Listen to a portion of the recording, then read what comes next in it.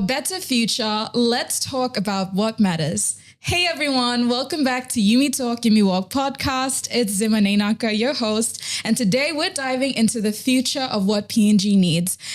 Clean energy, climate talks, trade opportunities, and many more. We're talking about partnering opportunities with the European Union and PNG, such as programs like the EU FCCB, and also other initiatives and projects that have been happening to help our communities. And today we have two special guests with us to talk about other collaborative conversations around the topic. So before we get into the conversation, let's let them introduce themselves. We'll start with Dika.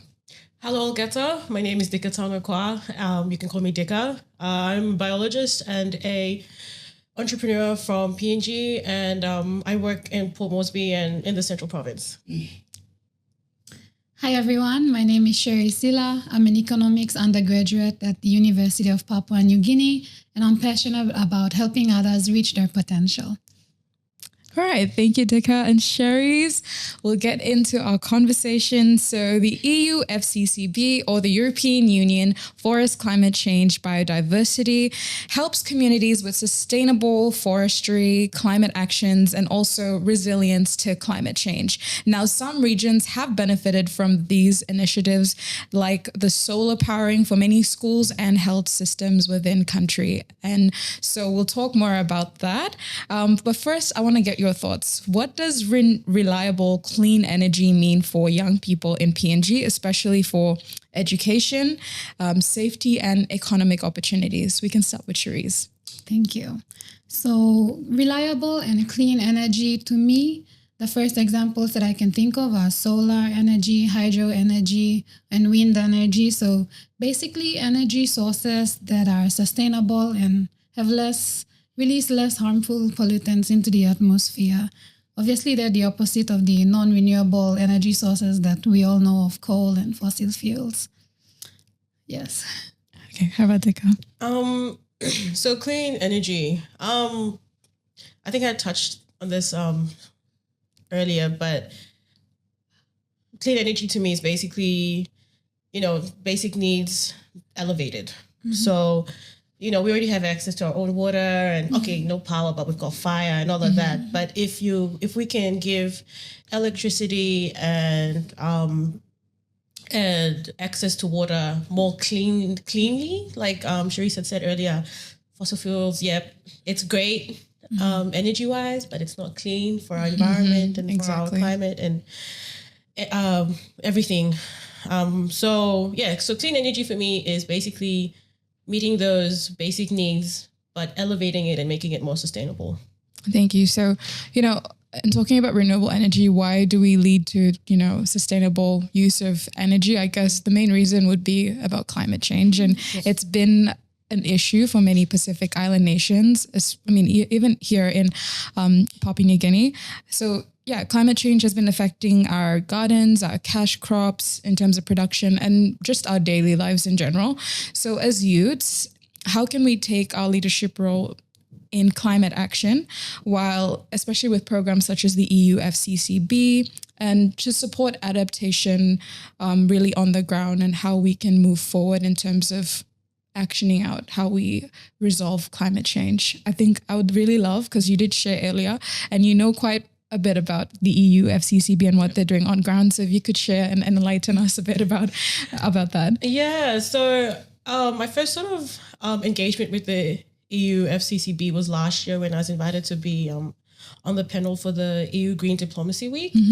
And it was so cool. I got to meet the country rep, cool guy, made us feel so welcome during the talk. And then I also got to know about the EU FCCB. I think it was the postgraduate scholarship. So if you're a student within country, a postgraduate student within country at one of the national universities, you were eligible for this research scholarship. And I looked at it and I was, I'm a master's student. I just completed mine. So last year when I saw it, I was like, oh, this is such a great opportunity. But I'm doing my paper in New Zealand. So I was like, anyways, but I thought it was a really great initiative. Yeah. Because then for me, it's encouraging more scientists to, because I believe in research and development. So this is obviously one one really great way to encourage that within country. Like what I know is that like a lot of my mates, when we finished uni, we were like, oh, we want to do a master's overseas because we want to go and get that exposure. But then EU's bringing that into our own country, and I reckon that's awesome. And that is a way of sustainability if you think about it, because then brain drain is a big thing, and because I'm one of those ones that went out. So I've gone out and I've seen the world, and I'm like, don't want to come home. And that's a real real question that that students actually ask themselves after they complete the programs, especially after that exposure outside. Yeah. So it's great that it's happening in country. And I think recently I saw a post go up where that same cohort went up to the New Guinea Binatang Research Center in Madang, and they had a whole workshop or ecological training or something with some of the guests from Europe. And I was like, oh, that is so cool. It's such a great opportunity. And, you know, you're not going there, they're coming to you. Yeah. And, you know, the EU is making that possible. And I reckon that's so cool. Yeah, it is. It's really empowering the youths. Yeah. And, you know, the green diplomacy, I also saw them doing it out, I think, this year as well. And it really engaged a lot of the young people to participate and really learn about how they can conserve and provide a more sustainable future for the country. How about you? What do you think about it? I really love what Dika said, because she emphasized that with this program, we're able to do our research within the country. And I think that that's very important, because oftentimes the reason why we want to go abroad is because there's so many opportunities for going abroad, like the scholarships and so forth. And it's not so often that you see some support that's supporting your own research within the country. So I think that's a really great initiative. And I just wanted to add on that. One of the things that I struggled with, so obviously New Zealand's like, 2 huge land masses away. And when I was doing my research proposal last year to think of something to do for my research this year, I wanted to come home and do something at home. But logistically, that's impossible. Because then you have to, and we're only given for my particular program, I think I was given almost 2K NZD. That's not enough to come home, do what you need to do, and then go back. So you're doing it within country. It's such a great way to actually research something here and, you know, build your expertise within country as well. And, you know, the universities here are awesome. So especially postgrad, I'd say. Yeah, true. The global exposure and just helping people understand, but bringing that exposure here is really great as well for our young people. And in that way, you're contributing to the knowledge base of the biodiversity and things in our country. Definitely. So we can also see, I mean, you know, here in the city, we have created a lot of opportunities for the people. But then looking back rural, we do face a lot of challenges. And the EU has also partnered up to face those challenges in our communities and give possible solutions that our communities can work towards. So a few challenges that we've discussed throughout all our many episodes is, you know, unreliable power systems, lack of connectivity, accessibility. And of course, there's a lot that has been put down in terms of infrastructure, digital infrastructure, training, sustainable infrastructure, roads, bridges, everything of that sort. And digitally, they've already trained and upskilled many of our people. But, you know, digital upgrades have supported, especially through partnerships such as with the European Union, to give our students back home as well in the rural areas a sense of access to internet, and also just to learn more outside of what they already know of. And so how do you guys think in your works of life as an entrepreneur and as a student, how does improved digital systems of connecting our rural communities digitally, how can that empower the learning, the job opportunities for the people, as you know, if they want to tap into business or entrepreneurship? What do you think the importance of improving that digital connectivity brings? Okay, I think we can start with you. So first of all, with digital connectivity, you have a vast variety of access to information, number one. And not only that, but you can also get access to much more opportunities, not just within the country, but around the world as well. I feel like in terms of entrepreneurship with digital connectivity, it's become like fundamental all over the world. So if you want to run a business, you have to have some sort of digital connection or knowledge. And if we can bring that into the rural areas, we're empowering the youths by giving them digital literacy. And in that way, they can gain confidence in Excel skills, Word skills, or even just basic mobile phone skills as well. Yeah, I think enhancing what they already know of, or maybe something that they do not know of, it creates that empowerment that, oh, okay, maybe I can try this, I can do this. How about Dikatauna? What do you think? So digital literacy is definitely a space that needs more work. And a shocking truth that I found out a couple of years back when we started doing work with the youths was that even youths within the city don't know how to use these digital tools positively for themselves. For instance, so we at Catalyte, we run simple, non-technical productivity basics, digital literacy workshops. And I think we had gone to one of the communities within Moresby, and we ran it with the youth, and my team and I were like, oh yeah, we Mr. Latauna, or like Ogataman Savelo Yusim. But then when we went and we started talking to the youth, and some of them were like, oh, I don't know what an email address is. Or and then obviously because of different educational levels, more systemic problems. The youths, the people that we were talking to were like, oh, just a simple message on a Savela typing good. Like simple as that.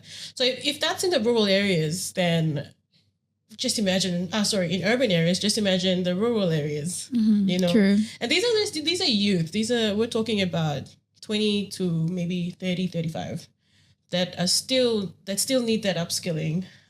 So it's all great and proper that there's digital connectivity there, but we need to upskill our own people to use it. Use those use what they have in front of them for themselves, basically. Yes. So there was some hard truth that because we engage uni students to come and do these sort of volunteer programs, and for them it was an eye-opener. They're like, whoa, this is within my own community. And it was just amazing to see how that actually motivated a lot of them to do more. And that's what digital literacy is all about. Well, what we were trying to push, like Karim online lantap, calm down, and you serve what is there so that you can find a way to find solutions to help our own people. Definitely. But as far as digital literacy goes, we've worked with a couple of rural communities. I think I touched a bit on this earlier as well. I was like, we work 40 minutes outside of Port Moresby, but when you sit down and you talk to our people, there's still a huge gap. I think if there are developing partners that really want to contribute or to do something impactful, you need to look into upskilling our own people. Yes, you can upskill and you can improve the infrastructure, but who's going to use it? Definitely. True. Yeah. I think that's a really good point. And, we've discussed this in our previous episode, and we talked about, you talked about upskilling, you talked about improving infrastructure, but then who is it? What does that go for? So with the European Union, they've emphasized on every infrastructure that they build within our rural spaces or communities that they work with. They're very community-based. They see the issue, but they don't go there and help people rely on them, especially the communities, but they really build them up to make sure that they understand that you are your country's future and you use this to benefit your communities. So every infrastructure built to connect people, to create opportunities, to create access, it always has a purpose. It serves to provide more needs and services. Answers the needs and provides more services. So, the roads connect to healthcare, connect to markets for people to trade, and even have the opportunity to tap into global markets, which is incredible. And also enhancing what they know, the traditional ways of doing either agriculture or awareness to climate change or just anything in general that is very community-based, to enhance their skills digitally so that somehow they meet what's happening in the global, on a global stage as well. So coming back to climate resilience and, looking at a more greener future for Papua New Guinea, they've also done up infrastructures that sort of meet the needs, but also seeing the struggles and seeing that these infrastructures need to cover and create more opportunities for the people back home. So that's like stronger, we talked about roads, stronger bridges, things that can last through all the climate issues that we face here, but also improve people's lives. So with the improved transportation, accessibility for the people, what are some opportunities that could arise from that, especially from our communities, in your perspective? We can start with Dikatauna. So I think once again, I touched on this just earlier. Yes, I work in the Central Province. I'm from Central and Morba Province, and I think all you need to do is just go and see what it is like without the infrastructure, and then you'll understand. You'll understand how that infrastructure can really, really improve lives. So I was talking about how, to get to my village in Siasi, which is like a little island between Morba and Western Britain Province, you need to get on a ship from Leh, get to the station, get on the dinghy, get to the beach, and then walk another 3 to 6 hours up to the village. And that's literally the only way you can go home. Because of tribal problems, airstrips are shut down. Otherwise, you need helicopter. And for me, there's no development at home. And I reckon it's simply because of infrastructure. Just recently, they put the second tower in the whole island, on the island, and it was a B-Mobile tower. So now people in the village talk about WhatsApp call number or like messenger call. But before, they only had that one Digicel tower that stood at the mission station that just covered that little spot. So if we went to our village, that was blind spot, you stalopless, like you're basically stalopless the X amount of time you're there. And then yes, we have the ships going home, but then you don't know when it's gonna come back. So like it's a true. It's like, okay, Pamikala must be that sort of thing. So that's simply what it looks like without the infrastructure.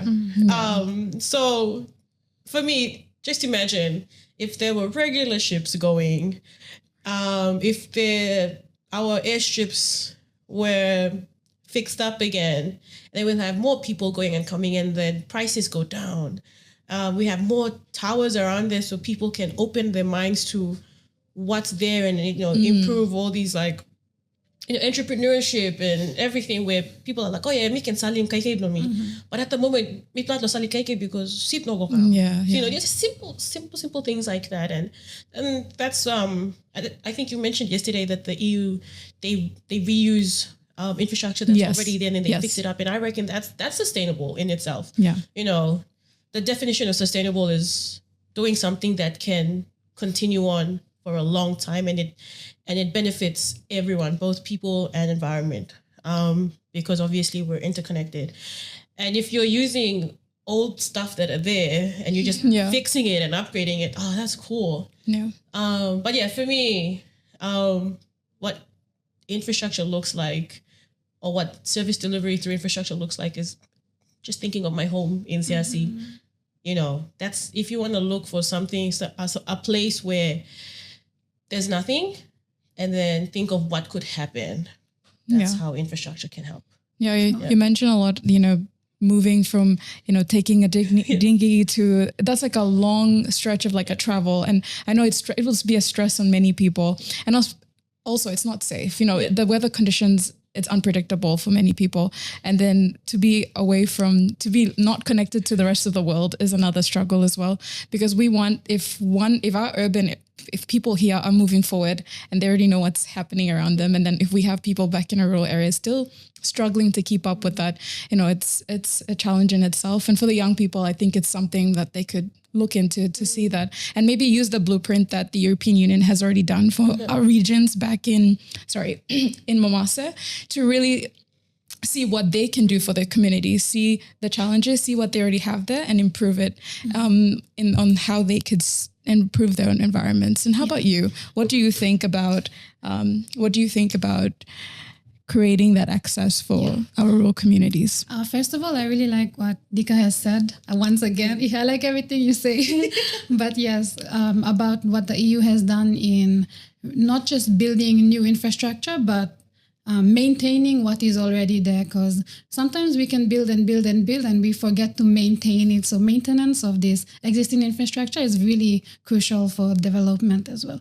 So in terms of businesses, I believe, and I think we all know that infrastructure brings connectivity and helps with supply chain movement, like you've said. And for the youths and youngsters like ourselves, and other mothers and families within the rural communities, it helps us with commuting to school easier, going to hospitals easier, and in some instances, infrastructure can even be life-saving just because you're able to move from one point to another. So it's really critical and important for us all. Yeah, and as an economics student, what do you think the economical opportunities are with that connectivity and accessibility? Well, infrastructure is just number one because, once again, it brings connectivity. If we have more infrastructure in rural areas, businesses can be more efficient because sometimes you have this wonderful business idea. However, it can't really be as efficient or come to fruition and last long term because eventually it's going to break down. Because let's say you can take your products from one place to another, and it just increases connectivity and helps us travel to and fro. Yeah, in terms of supply chain movement, that's all I can say. It just makes it much easier to move around the place. Yeah, and with the work that you do back home, of course you connectivity means a lot in terms of your research as well. Yeah. So how has it created more opportunities for you, especially back home you're so on ground with the work that you do in terms of conservation and environmental, just researching about what the people can do to help the environment. So how has that connectivity, being able to have that access for you to do what you do, how has it created more opportunities for you? So first of all, not going to line fall. I don't work in Siasi. I work in Central, in my mother's village, Barca. So I think it just goes back to what you have in front of you. So when we had started Edadavara, we wanted to just go do research. And when we went and did research, we were observant of how the community accepted us and how they were so interested. So we're like, oh, why not turn this into a whole community thing? And that's sort of where everything started from and where we are now. And I remember when we had just initiated Edadavara, there was an opportunity that popped up to go for a conference in Bali. And I was fortunate enough to be selected. So I went, and it was so cool because then they took us to do site visits. Mind you, the Pacific, we're great, but we're not there yet. Let's be honest. Then you have Asia. Asia is like 20, 30 times ahead, maybe 100, let's be honest here. So anyways, we went to Bali and I was like, oh, okay, wow, nice. I mean, we have better beaches, but it's okay. And then, so we went to a site visit to a community that it was a community-led project and they were doing mangroves, and we went to the activity itself was to plant mangroves, but then we also had a sit down with the community leaders and they were talking about their programs. And then before we sat down, they gave us this goodie bag. So afterwards, they were talking to us like, okay, open your goodie bags and just have a look at what's inside. And I opened it. There was a packaging with brownies and another packaging with chips. And then they looked, and I was looking at it, and I looked at it at the guy, and then the guy's like, so what you have in front of you is made with mangrove fruits. I was like, wait, what?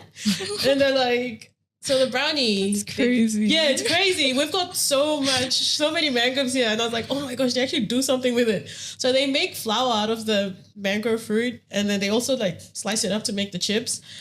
And then I tried it out. And I was like, I didn't open the brownies. I said, no, I'm going to go home. I'm going to try this with my family. But the chips, I tried it. And I was like, oh, okay. Wow. Tastes like normal chips. I was like, oh, this is so interesting. And so I came home and I took it back. I took the brownie back to Barca and I sat with my family and like, okay, but even trying this or something now. So mangrove in Motu is hagwa. So they eat and they're like, Hagwa. And I'm like, yeah, look at Beckett. So we were just so amazed. And, even on the packaging, they gave the actual scientific name for the mangroves that they did it. And we have that like all over the central, everywhere in PNG, mind you. So I was just like, whoa. And I brought that home and I looked at my family. I'm like, and that is a simple example of connectivity. I couldn't have seen that opportunity if I wasn't on social media. Simple as that. I applied on social media. I applied online, got the opportunity and came back and, and then they also did mangrove cruises. And that's where I saw that idea and I came home and I'm like, guys, we've got rivers. Let's go have a look. Wow. So we went and had a look and that's sort of where, so when you come for a tour with us, we also have an option where we can take you out on a mangrove cruise. And that's basically where I got the idea from. It's Asia. I was like, oh, that's amazing. So because of that experience, and like, because we work with both the local kids and also with students from uni. And one of my biggest things is that you need to, what you see on your phone, on social media, no one force you to watch something. You choose what you see. So like, if you're interested in travel, just look at travel. If you're interested in education or a particular thing, look at that. So that's what connectivity can do on a more like simple level. Yeah. And it's opened up a lot of ideas for the kids that we work with and perspective, not ideas, but perspective. Definitely. And that exposure. You don't have to travel. You just look at it on your phone and it's there. And it's like I said, that's like on a simple level. That's what connectivity can do. Yeah, really. That's, the story is, wow, I'm amazed. Mangroves. Now we know what we can do with mangroves. Connectivity does a lot. And as you've talked about the access, you've talked about the innovation that comes behind it, to utilize social media, the internet, to connect with the world, to enhance what we have back home here. And the youths, you basically lead in that. So these are some things you could learn from. I think this has brought us to the end of our conversation, sadly. It's getting so interesting, but unfortunately we do not have much time to keep going. But thank you guys for joining in. Before we go, I would love if you guys could share a few advices with the young Papua New Guineans that are watching. So we'll start with Sharisse and then we'll have Dikatauna. Hi, everyone. My advice to you all is not to underestimate yourself. Know that you are unique, and with your uniqueness, that is also your strength. If you have an idea, if you see something online through digital connectivity that inspires you, you have the tools around you. So do the research, refine your idea, and go for it. And finally, be resilient in whatever you choose to do, because in pursuing whatever it is, you will definitely face challenges and defeats, but do not let yourself be defeated. Thank you. Yep. And my encouragement specifically goes out to all the youths that are educated. Go home. If you have the opportunity to go home, go home. If there are other platforms that can allow you to try something out in another area that you want to, and then get to take that idea home, please do it. We are the future of tomorrow. Actually, we're already the future. We are the leaders right now. Like Zim had said earlier, we're all leaders. I mean, and we're good with tech. Make use of that. So my encouragement is that go home. Your communities are waiting for you.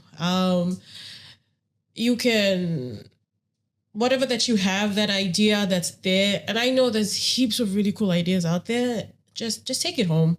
Find a way, find an opportunity to go. Find good people around you that share the same interest, the same passion. Align yourselves, and whatever little project idea that you have, take it. Something that I've observed, just observed generally with youths in PNG is that we're very innovative. This generation, we're very innovative. I mean, you can have a 9 to 5 and you're doing something on the side. Not even something, 2, 3 somethings. So, if you use that energy to do stuff, something that you can take home, that's just great. and I'm speaking from experience. So I took something home, and my family love it when I go home and special treatment. So that's just my encouragement.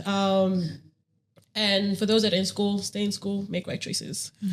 Thank you, Dikatauna. Thank you, Sharisse, for joining us. We hoped you enjoyed today's conversation. And yeah, please don't stop here. Continue sharing and having these conversations with your peers, your friends, your family. If you haven't seen the last episode, it was on agribusiness with Tyler and Rebecca. So please head on over there if you haven't watched it yet. But yeah, thank you so much for joining us here today. If you've enjoyed it, give us a like, comment down below, and also subscribe. Again, it's not just on YouTube. You can also listen in on Spotify. So yeah, go on and listen in on this episode and all the other episodes we have. If you have any questions for the European Union, we have the email down below. But thank you again for joining us. Remember, all of these talks, they are about you. You are the future. And yeah, so remember, guys, change starts with you.